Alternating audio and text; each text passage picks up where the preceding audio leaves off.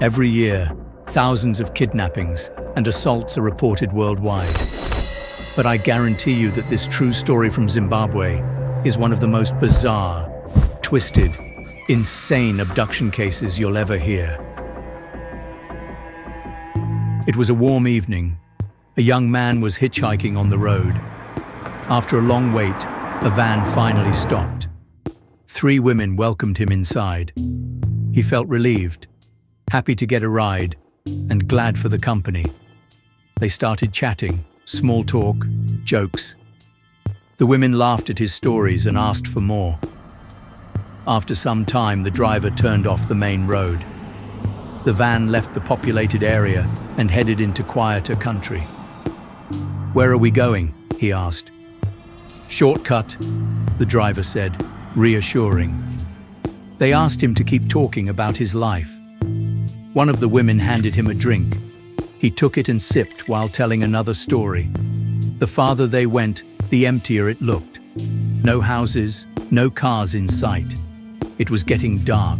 Young man suddenly started feeling sick. He asked again about the shortcut.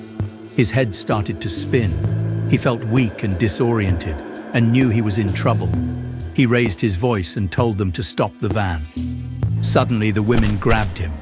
The van braked. They tied his wrists and put tape over his mouth. He couldn't fight back. This wasn't about money. No ransom. They needed something else. One after another, each woman came close to the man and used him against his will. By the way, women were using protection every time, but not for the reasons you would expect. This detail of the story will be important later. Several hours passed. Still dizzy from whatever was in the drink, terrified and confused, the man was pushed out on the roadside. The van drove away. He was free, but not okay. Police began an investigation.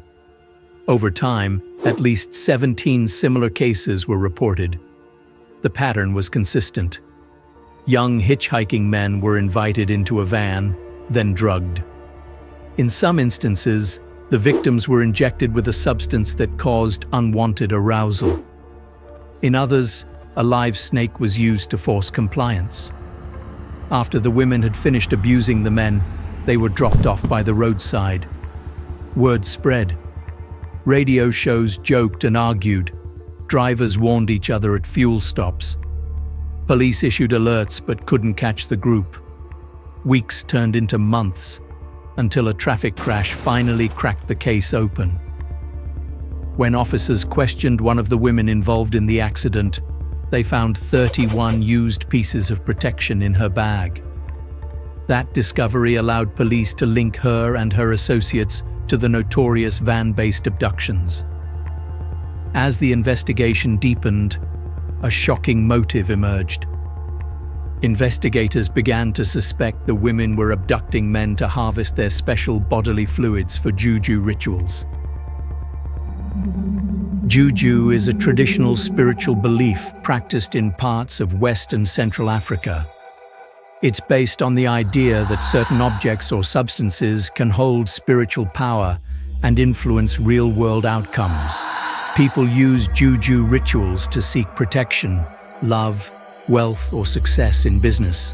But some versions of these practices take a darker turn, involving human body parts or fluids, believed to make charms or potions more powerful. The women denied allegations of being involved in juju activity. They claimed they were ordinary workers who offered men pleasure services for money near the road. Furthermore, DNA tests could not link the gathered evidence to the abduction victims. In 2016, in a truly shocking development, the charges against the 3 young women and the 1 man, who was also accused of partial involvement in their alleged crimes, were set aside. The bizarre case was officially dropped. This deeply messed up story became a sensation in Zimbabwe and is remembered until this day. One final disturbing detail highlights the twisted nature of some people. When word spread about the women and their abductions, Local rumors insist that the number of male hitchhikers near the roads of Zimbabwe actually increased. Men, drawn by morbid curiosity or strange fantasies, stood waiting for a ride, preferably in a van.